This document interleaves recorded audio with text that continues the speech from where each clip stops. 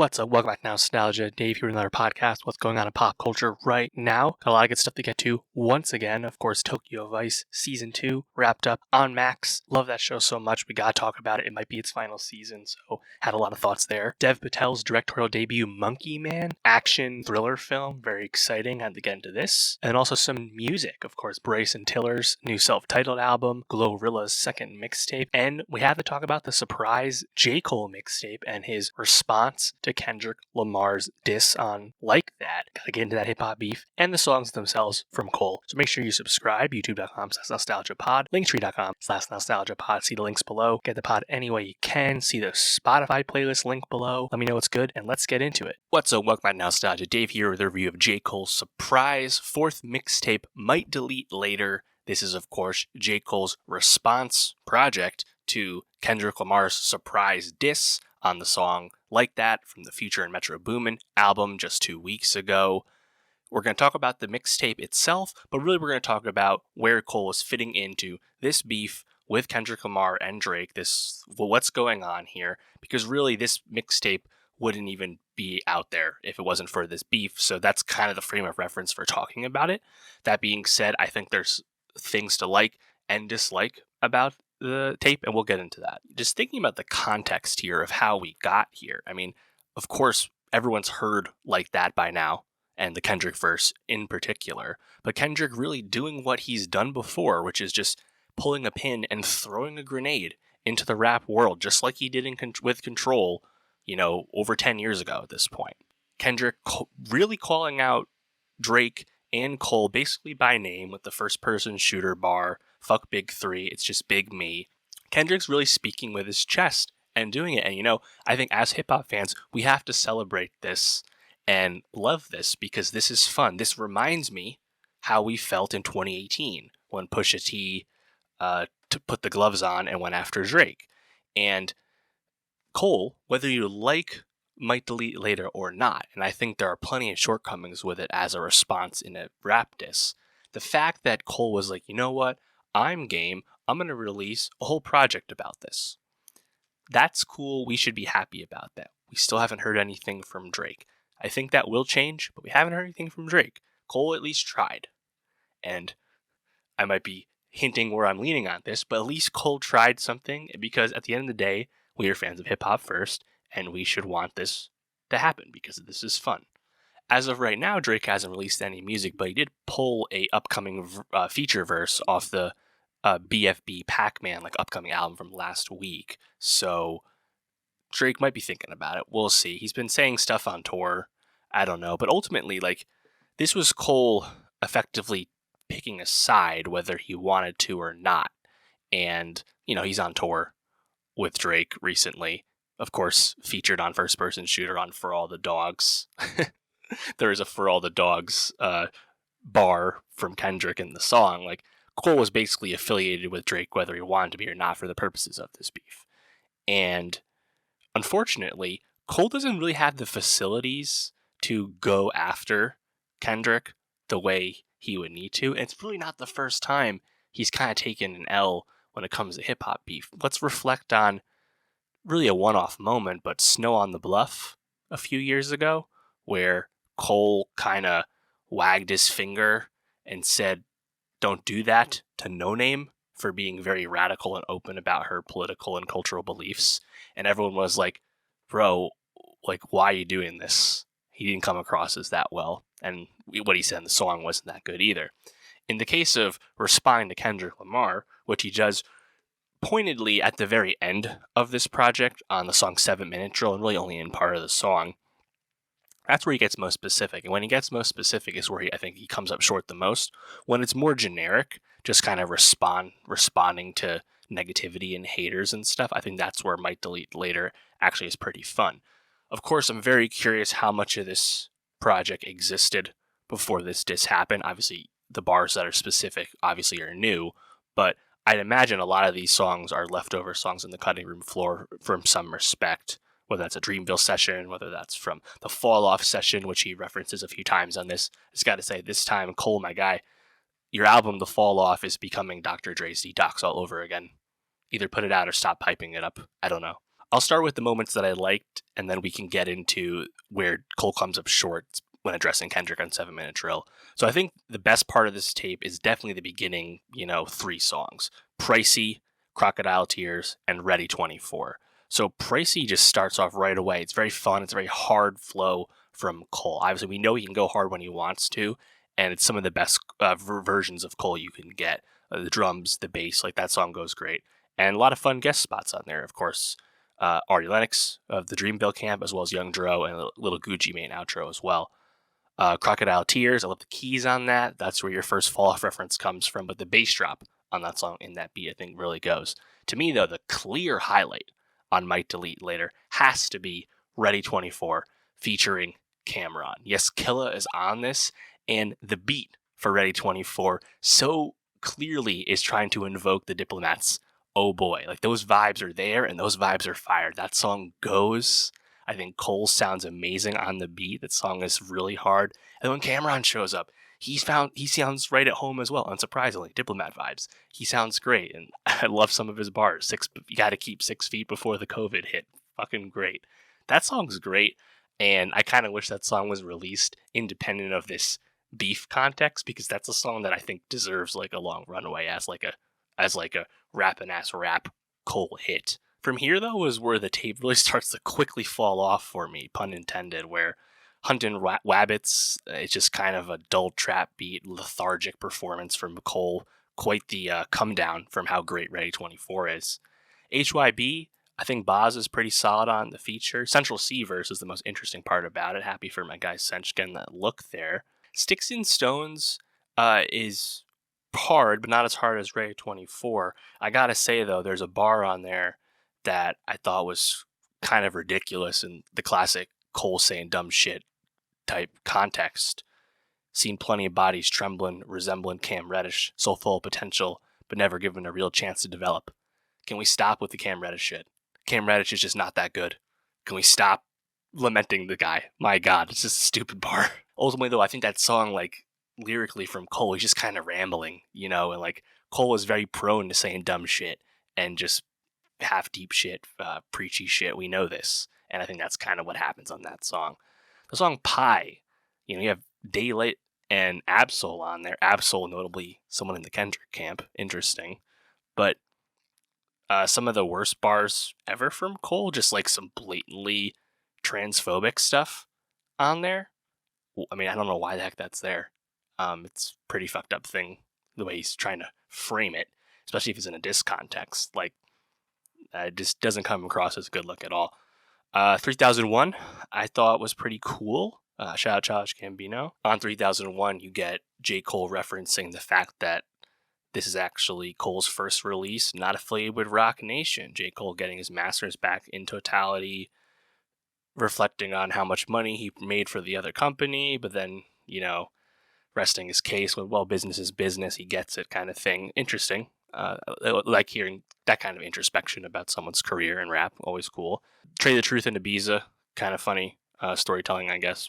But then you get 7 Minute Drill, right? 7 Minute Drill, the first part, it's more generic. The first part's more generic lyrically, but then you get the beat switch up, Conductor Williams flipping in. You kind of know the gloominess that we expect. Shout out Westside Gun. And that's where Cole really tries to address Kendrick dissing him by trying to diss Kendrick back.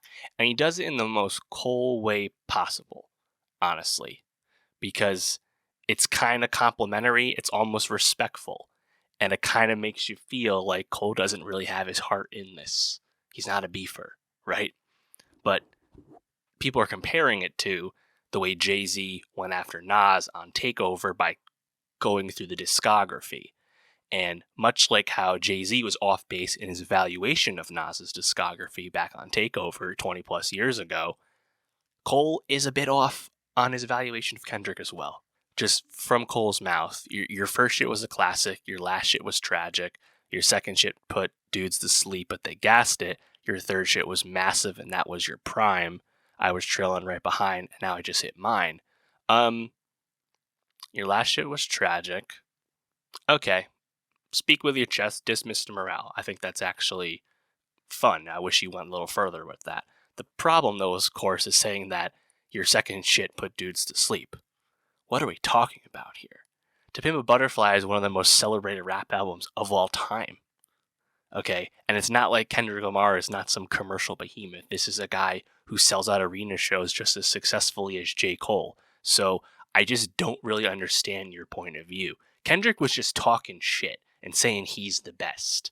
But Cole is trying to do this like calculated breakdown of why Kendrick's capping. You know, Cole, again, prone to say some dumb shit. Well, you did it here, my guy. I just don't think Cole went as hard at Kendrick the way Kendrick went hard at them. It's fine. Again, I'm happy Cole tried, happy Cole participated, and I'm hoping Drake follows suit as well because, again, this is fun. I can enjoy a song like Ready 24 and think it's great, but also think the actual specific diss response stuff is not that good. Ultimately, I think J. Cole's surprise mixtape, Might Delete Later, is successful when it's least interested in addressing Kendrick Lamar. A song like Ready 24 featuring Cameron, that shit goes so hard. The beat is amazing. Killa Cam sounds great. Big Diplomats vibes on that song. Sounds good. Unfortunately, when Cole tries to get more specific on the last song, 7 Minute Drill, and try and break down Kendrick Lamar's discography in the form of a diss, it just doesn't sound like Cole has his heart in it. He's not actually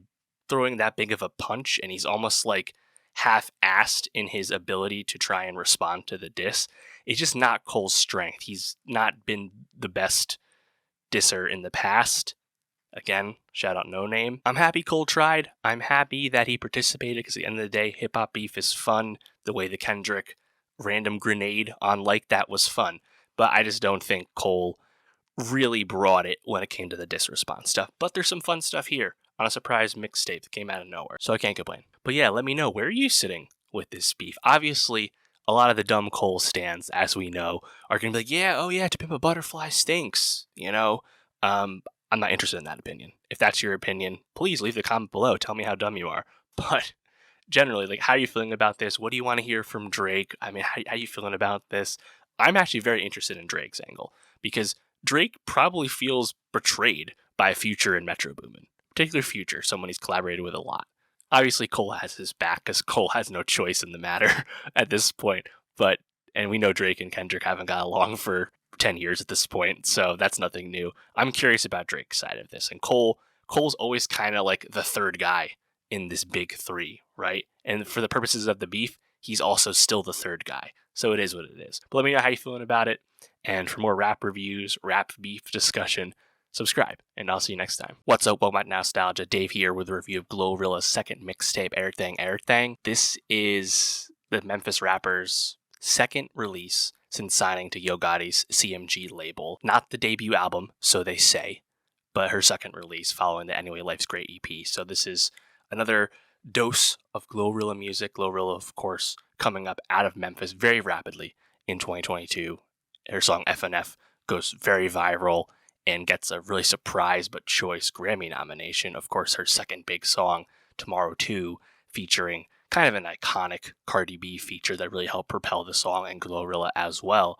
So Glo is now positioned as someone with a lot of cosigns. Of course, signed to Yo Gotti, got the Cardi love there, and as we know, is in a sea of many rising upstart female MCs, but I think she's already really moved past that first step with this initial wave, and now it's time for GloRilla to keep that momentum going and continue that career. And I gotta say, GloRilla's second mixtape, Ehhthang Ehhthang, I think is pretty good. Like, I think this is what we want GloRilla to do. She has a lot of personality, as we know. There's a uniqueness to the deepness of her voice. She has a ratchetness, a rowdiness to her persona and her lyricism. And there's also an authenticity to how GloRilla raps. And you're getting that with songs once again on this. I think the lead single, Yeah Glow, you know, LeBron James, we know, is a fan. Yeah Glow, that shit goes hard. Like, GloRilla, she can just give you great flow. And I think that's kind of what I really like about her, is that she just has a lot of personality, but like really solid fundamentals as a rapper.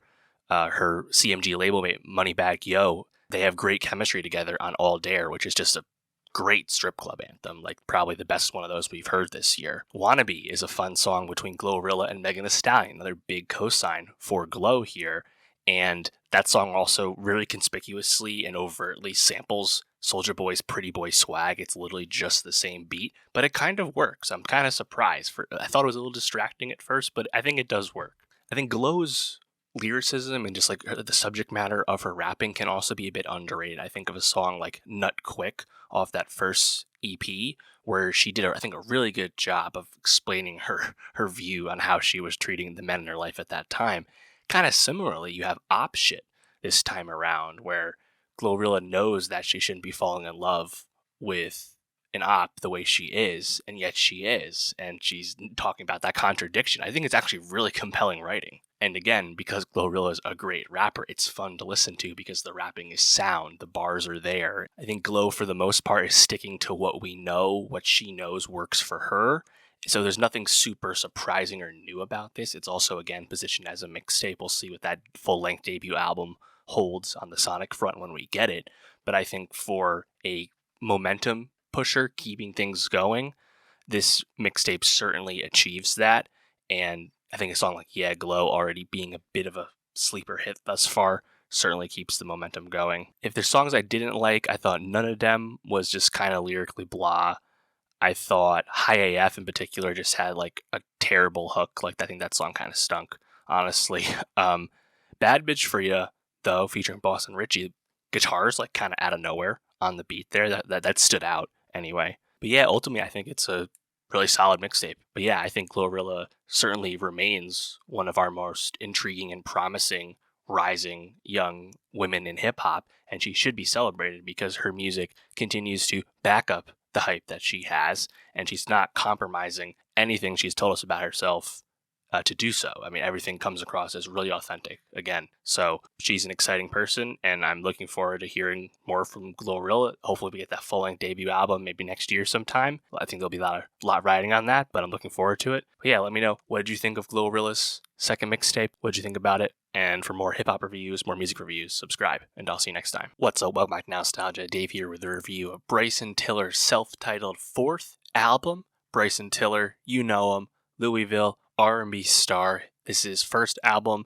since Anniversary came out almost 4 years ago in 2020. But since then, Bryson's been dropping a lot of, stuff if you've been paying attention. A lot of mixtapes and SoundCloud, private links. There's been stuff out there. And Anniversary, of course, was really the comeback for Bryson Tiller after being largely away for a nice chunk of time, and kind of reminding us with Anniversary why Bryson was so celebrated, of course, off his debut album Trap Soul back in 2015.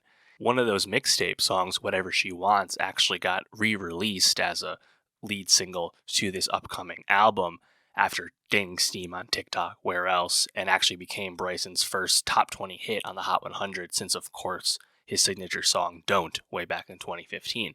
So I think Bryson was coming into this album with a decent amount of momentum, more than he usually has, because he's a guy who kind of goes away. He doesn't do a whole lot of features for the most part. But to me, when Bryson Tiller is on, he's my favorite male R&B singer, active male R&B person. I gotta say, though, Bryson Tiller's self-titled fourth album kind of let me down. Like, I wanted this to hit harder than it ended up hitting.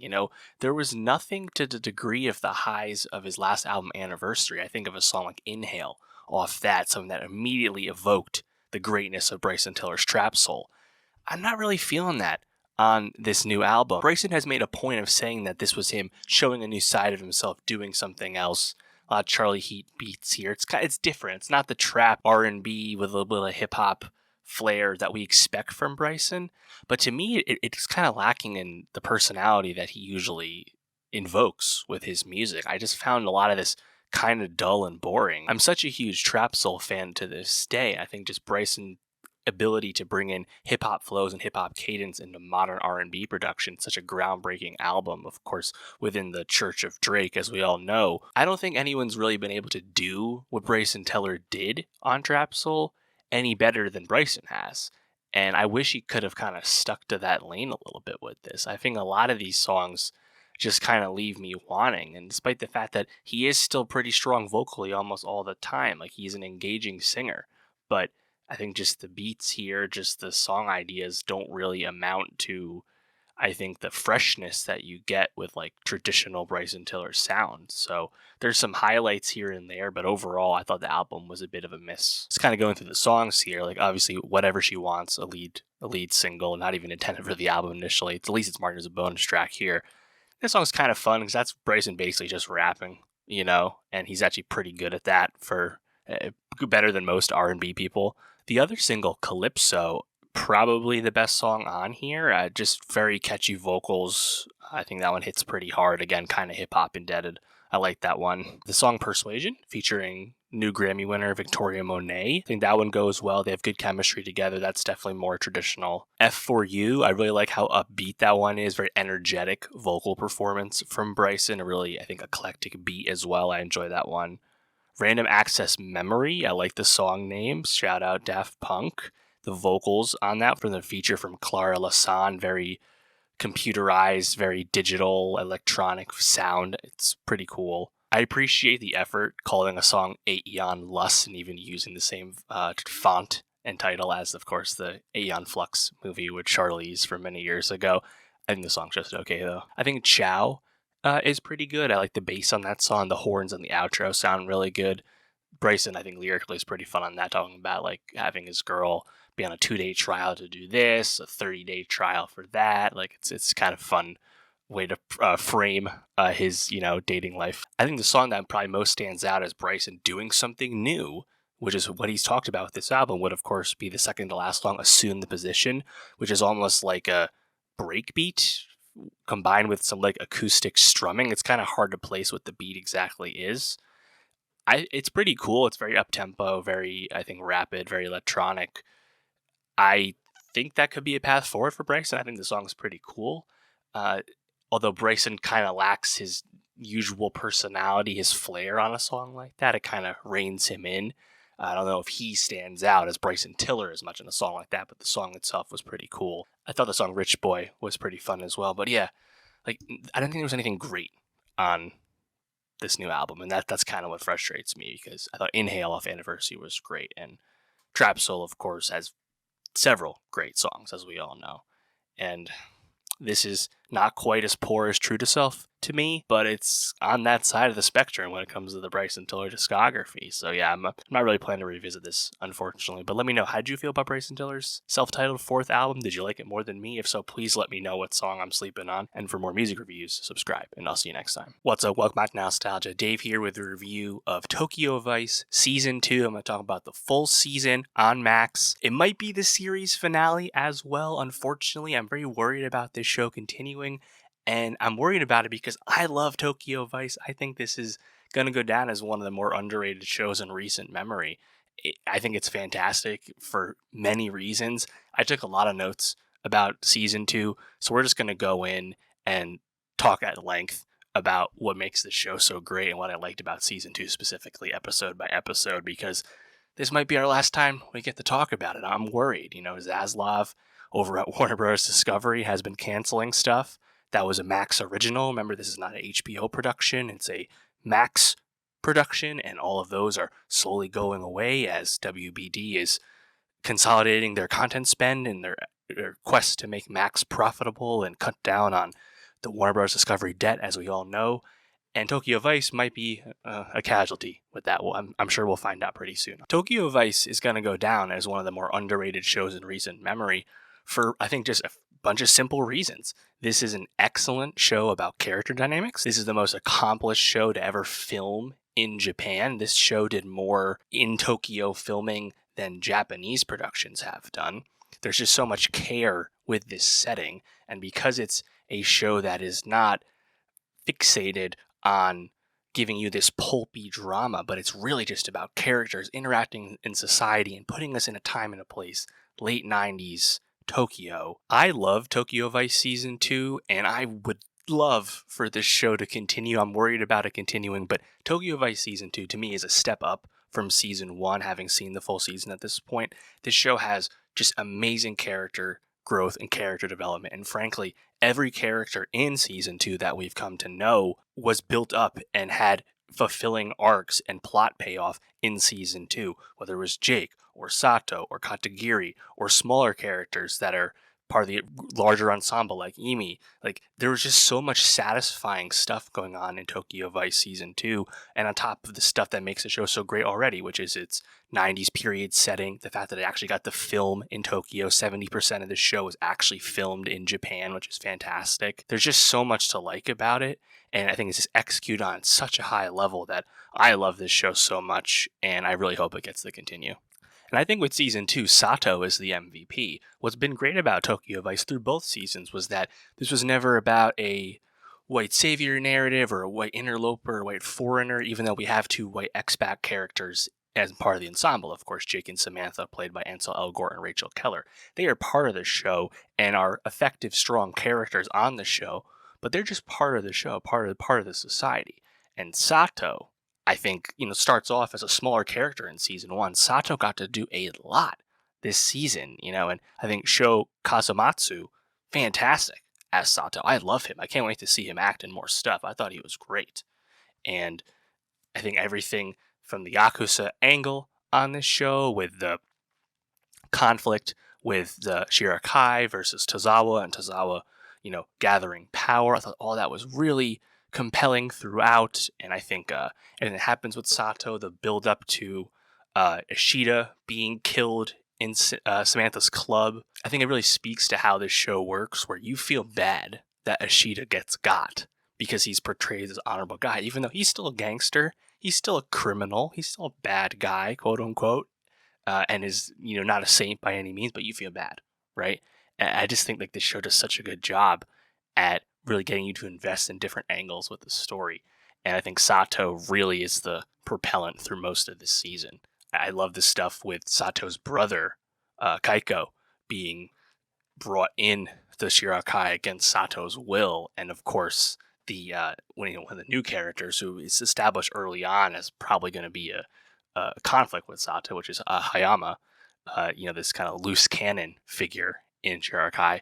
And once Ishida's gone and Hayama and Sato go at odds, like, oh man, I think everything with that I thought just paid off so well. And the stuff with his brother, like, you feel so bad, right? But like, I think Kazumatsu, he's able to really portray a lot of, I think, anguish on his face as an actor, and the conflict that he has as he starts to feel this burden, and he's worried about people being close to him being brought into danger. Like, I think everything about the Sato arc works really great. I really liked how they built up Emi this season, as well as Jake's buddies at the paper as well, all of Emi's team. But her personal life with the other journalist that she's trying to date, and her brother who is mentally unwell, and everything with that I thought was done pretty good. Episode 3, I think, has one of my favorite moments I've seen in a long time on TV, which was just watching Sato and some of the other Shirakai guys, Hayama, Kaiko, singing Backstreet Boys. Everybody's back. Backstreet's back.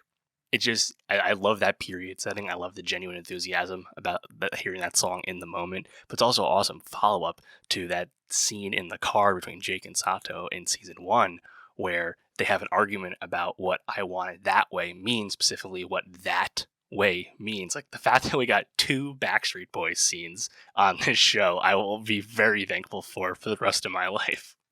I really liked how this show felt even bigger and more expansive with its plot, with its narrative this season. You have the embassy angle, the U.S. government angle that obviously Jake's colleague gets pretty close with. We come to learn about the FBI towards the back half of this season. Of course, you have everything with the Tokyo police. You have various Yakuza characters and factions. It just feels really fully formed and fully alive. And I think the fact that you get to really film in the heart of Tokyo, which has been a notorious place to film even for Japanese productions. They are the first production ever to film in the Akasaka neighborhood in Tokyo. That's where Ishida gets killed. That's where they filmed that. That's never been done before by any production. And you can read about the painstaking detail and effort that this show put in to pulling this off and filming 70% of the show in Japan. In terms of the cultural sensitivities, how you have to go about things in a place that has not traditionally been as welcoming to film productions, let alone foreign productions. And that's also the reason why I feel like Zaslav is canceling this shit, because they have to spend more money on the location team and just the production in general than they would on other shows, including other shows filmed overseas, because filming in Japan is a lot different than filming in Korea or filming in England or Canada, right? So I'm just happy that it paid off and it shows. Just kind of bouncing around here. Like, I love this stuff with Tozawa's wife as we start to learn more about her and her relation to Tozawa and how she kind of built him up as the villain that he became on the show, the 2-season villain at that, and then how she plays into the conclusion of the series as well. I mean, I love that stuff and the kind of dichotomy of the Kansai street thug that Tozawa was versus the more honorable Yakuza people, the more traditionalist types. And that's why Ishida always valued Sato over Hayama once he came to see that difference, you know. I love all that stuff because this is a show, again, that like seemed to really treat the tradition and the cultural dynamics of, especially that time, you know, how the rituals of general Japanese life, and especially the Yakuza's rituals, right? Like, it comes across as so, I think, detailed, because it's clearly like done for accuracy, done with a care in mind. I mean, in general, I think Tozawa was an amazing villain, right? Because for so long he felt so untouchable, and like it was just kind of great to like watch this kind of modernizing gangster villain, right? Like, this is a very familiar story, I think, to anyone when they've watched any kind of media about organized crime, right? It's very popular in mafia stuff as well. But Tozawa being this businessman type trying to take the Yakuza into the future as the police will become less tolerant with the old ways of how the Yakuza did business. And having that, and him feeling so untouchable, but also like having that aesthetic down, right? Like his right-hand man with the black glasses and the slicked back hair. That guy, man, that guy looks like an amazing goon. Like, I loved watching that dude. I was really happy that he got to have a brief moment where Katagiri arrests him in the hotel room when they set him up. I thought that was great because, man, that guy just smolders so cool, you know? But Izawa, too, like, man, he was villainous, right? And you have his mistress, and his mistress getting involved with Jake. Like, I loved all the drama with it because I feel like it's all just paid off so well. Like, nothing felt cheap about this show. Everything was earned. Very satisfying watching Sato kill Hayama in the bath and having the rest of the Shirakkai drown him. I was a bit let down watching Shirakkai kind of get almost completely wiped out in that one moment where almost all of them get killed by Tozawa's hitmen. You know, episode 7, Jake goes home to, Missouri, I believe is where he's from. And, you know, we see his family, right? And I was kind of dreading that for a long time, like, as it was happening. I was like, I want Jake in Japan. I don't care about his personal life, because, like, that's not what you're into with the Jake character, right? You want to see him interacting with everything else. And that kind of side stuff, I was like, oh, this is kind of killing me. I don't really care about his parents and his sister might have some problems, but, like, that's not what we're into here. Let's get back to reality. And I was actually kind of happy that there's some good conversations between Jake and his dad. It works. And then from the plot, it's quite convenient, I guess you could say, but him going to Minneapolis and they kind of revealing the corruption and insight into how Tozawa was able to basically come back from the dead and defeat liver disease. And once the journalistic tension starts to pick up, it becomes a great journalism show as well, where Jake and Emi and his boys at the paper, they start to uncover scoops and piece things together, and it gets really thrilling because for a while you're kind of in the dark about how Tozawa has been moving, even though you're still buying it because it's so convincing. I enjoyed one of the new characters, Katagiri's partner, the deputy, who gets reassigned at the end. I think she gets to kind of wrap up her story pretty well in the finale when they raid the boat. I enjoyed her. I enjoyed the stuff at Sam's club before, obviously, everything goes to shit when Ishida gets killed. Erica, you know, the one of the hostesses there, her dynamic with Sam, her dynamic with Sato as well, and the complexity of that relationship and dating someone in the Yakuza who seemingly is also great with your kid, you're the single mom. Like, I thought that was done quite well. Man, there was just so much satisfying stuff about this season. I just really loved it. In episode 9, when Tintin gets stabbed, I was like kind of expecting him to be dead, honestly. Like, we haven't really lost a core character in a while, not since the other police deputy sergeant gets killed at the end of season 1, you know.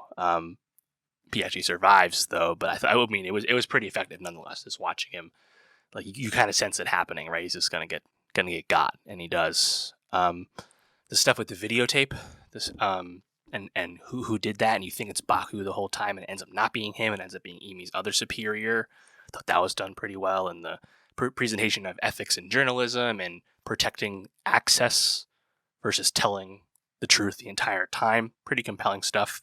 Just got a note, Katagiri's car, the red car, kind of reminds me of the red Saab in Drive My Car. It's not quite as iconic as that, but anytime there's a memorable car on TV or film, it always stands out to me. I mean, what more can you say about Ken Watanabe, too, as Katagiri? Just effortless charisma, effortless presence, but also I think Tozawa, Sato, Ishida, there's so many. Tozawa's right-hand man with his like back head. There's so many people that just chew the scenery and look great the whole time. Even like people that are barely on the show, like Tanaka, in the Yakuza leadership. That was great. Man, I feel like I'm just gassing the show this entire time, but I really loved it, and I just have this sense of dread that this is the last we're going to get of it. Honestly, it's also quite the comeback for Ansel Elgort, we have to say. Whether you like him or not, obviously he's had some allegations that are several years old at this point. Nothing came of them, but this was quite the, I think, role from him. Obviously, him and Rachel Keller learning Japanese for this show, not an easy language to learn, quite the commitment. But I thought he did pretty well. He doesn't have any other projects lined up from what I can see, but I thought he acquitted himself well. And for, I think for a while, what a criticism you could have is his character is Jake Adelstein. Jake is portrayed as like a great journalist, like almost the entire time in season 2. I was kind of happy that towards the middle of the season, he gets chewed out by Emi and basically kind of like sidelined or like, grounded, you could say, just because he was presented as so infallible for such a long time that I think it was good to have his wings get clipped at least a little bit. Kind of reminds me of the criticism that the Jake Adelstein memoir in real life, that of course this show is based on, received, right? Where a lot of people kind of called bullshit on a lot of the real Jake Adelstein's claims. Nonetheless, great inspiration because I think this show is awesome. I want the show to continue. And if they do make a season 3, they've almost kind of set up an opportunity for Rachel Keller to not be as involved, right? Because Sam's going to do some soul searching. But there's still plenty to get involved with just as the modernization of the world, right? We get into the 2000s and how the Yakuza operates will begin to change. There's plenty of meat left on the bone, but unfortunately, I'm a bit worried, as I've been saying. But yeah, let me know, what did you think of Tokyo Vice Season 2? Are you as over the moon as I clearly am about it? What was your favorite moment? There were so many great character moments, so much great plot payoff, so much just general excellence. What did you like the most about it? Please let me know. And for more TV reviews, subscribe, and I'll see you next time. What's up? Welcome back to Nostalgia. Dave here with a review of Dev Patel's directorial debut action thriller film, Monkey Man. Of course, also starring Dev Patel. He co-wrote the movie as well. Produced by Jordan Peele's Monkey Paw. This premiered at South by Southwest and is out now. I liked Monkey Man quite a bit. I think this is very easy to understand what the movie is on its surface. This is a revenge action thriller film. It is very grisly and violent, bloody, in your face. Doesn't really shy away from the darkness that centers around the movie and the action of it. And of course, it is very much coming in the post-John Wick, post-Chad Stahelski film world that we live in when it comes to action movies. And that is so clear that they actually make a reference to John Wick in the very beginning of this film, which I thought was pretty funny. I think what stands out most about Dev Patel's Monkey Man is that this is an action thriller film that has a lot of style. There's a lot of directorial flexing, a lot of directorial intent present in Monkey Man in terms of the techniques and the blocking and lighting. It's very much invoking John Wick, so much so that the movie references it. But more than anything, Dev's interest in grounding a movie like this deeply in the culture of India, the society of India, and making this type of action movie that we know quite well. It's familiar. The plot won't surprise you. I think, cultural sensitivity in terms of giving some kind of comment on corruption in Indian society, I think is pretty interesting. And the movie, I think, feels really grounded in that reality, even while it's being a very over-the-top, ultra-violent, kick-ass movie. I think the fights really progress. There's a lot of shaky cam in the beginning, a lot of close-ups, but the last 30 minutes or so are incredibly propulsive, and I think the most fun aspect of the movie. I think if there's one thing to like nitpick or note about Monkey Man, it's just that for a plot that won't surprise you, it's almost a bit overstuffed. There's a handful of villains, and none of them are fleshed out too much. I feel like there was like kind of a lot packed in there as we just really rushed through a lot of narrative momentum, where the movie doesn't really pause to take a breath, except for the moment when Dev's character, who's really unnamed throughout the movie, Dev's character has to like take a break to literally heal his body and train and bulk up and stuff. But, there's like the guru fraud villain, as well as, of course, the corrupt police chief. And they're actually aligned with this politician, seeming like a right wing, almost like Modi reference, who we don't actually meet in the movie, but like he's also on screen. Of course, there's the restaurant club owner woman who we meet early on in the movie. There's just a lot of like antagonistic forces there. And, I don't know, like, we also, I think, spent a lot of time in the movie with flashback, really like hammering home Dev's character's heartbreak in terms of losing his mother to this corrupt, system that, tore his village apart and, killed his mom and all that. And the revenge makes a lot of sense. But I feel like we really hammer that home. But there's still a lot of flash. There's a lot of style. I mean, the Monkey Man title, the Monkey Man fights, where Dev puts on a monkey mask and fights in like bare knuckle boxing MMA fights for money, and gets his ass kicked and loses intentionally. That scene, those scenes where I think are pretty awesome. Like, they're super grisly, but like the energy in the room with the crowd is done very well. Sharlto Copley excellently cast as like the MC of that type of underground fighting ring. One of the best sequences in the movie is actually quite in the beginning, where Bobby orchestrates this purse snatching, and it's done with a guy pretending to be blind in a wheelchair, and there's this like very propulsive handoff from all these couriers until it gets to Bobby's hands. And meanwhile, it's soundtrack to Jid's 151 Rum. Like, that scene really ripped, for sure. I mean, the last 30 minutes, though, like I said, that's where, Bobby's all like, in a suit, a la John Wick, but he's, bulked up, he's strengthened, and he just starts beating the shit out of people. And like, Dev Patel gets to show off the abs. He gets to show off the bulk that he put on. He looks great, obviously. He's still a slender guy, but he I think he sells it. I think he's pretty convincing as an action hero, especially in this context of how this movie works. I love the final fight with the police chief, where all the mirrors and the glass on the ceilings and the reflections, just a lot of like Dev like showing the directorial chops there.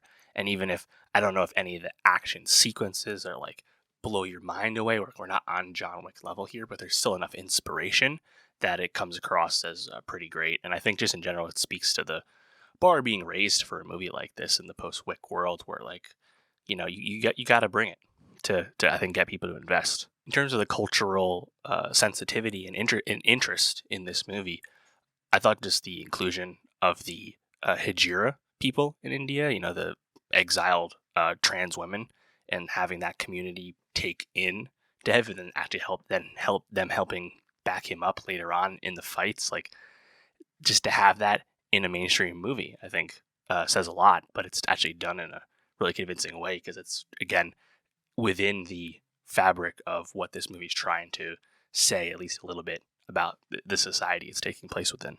So yeah, ultimately, I think Monkey Man is a pretty big success for Dev Patel, and I guess kind of the continuation of, his acting turn in The Green Knight from David Lowery and A24, where Dev, as a filmmaker, as an actor, clearly has leveled up and is demonstrating what his interests are in.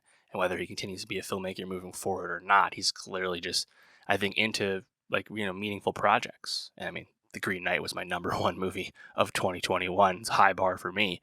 But I think Monkey Man is definitely a great example of someone putting a stamp on their directorial talent. People will definitely be interested in working with him moving forward. And he remains a great actor and a compelling face, as we all know. So yeah, let me know, how did you feel about Dev Patel's Monkey Man? What'd you think of it? And for more movie reviews, subscribe, and I'll see you next time. All right, that's going to do it for the pod this week. Next week, we have Alex Garland's new film, Civil War. I'm sure we'll have a lot to say about that one. New HBO series on Sunday night, The Sympathizer from Park Chan-wook. Very exciting. Amazon Prime is dropping Fallout. It's a long-awaited fall adaptation, season in full. I'm going to finally talk about Netflix's Three Body Problem from Benioff and Weiss, their follow-up to Game of Thrones. And of course, we also have new music, Maggie Rogers' new album. So make sure you subscribe. youtube.com/nostalgiapod, linktree.com/nostalgiapod. See links below. Get the pod any way you can. Get the best of 2024 Spotify playlist linked below. Let me know it's good, and I'll see you next week.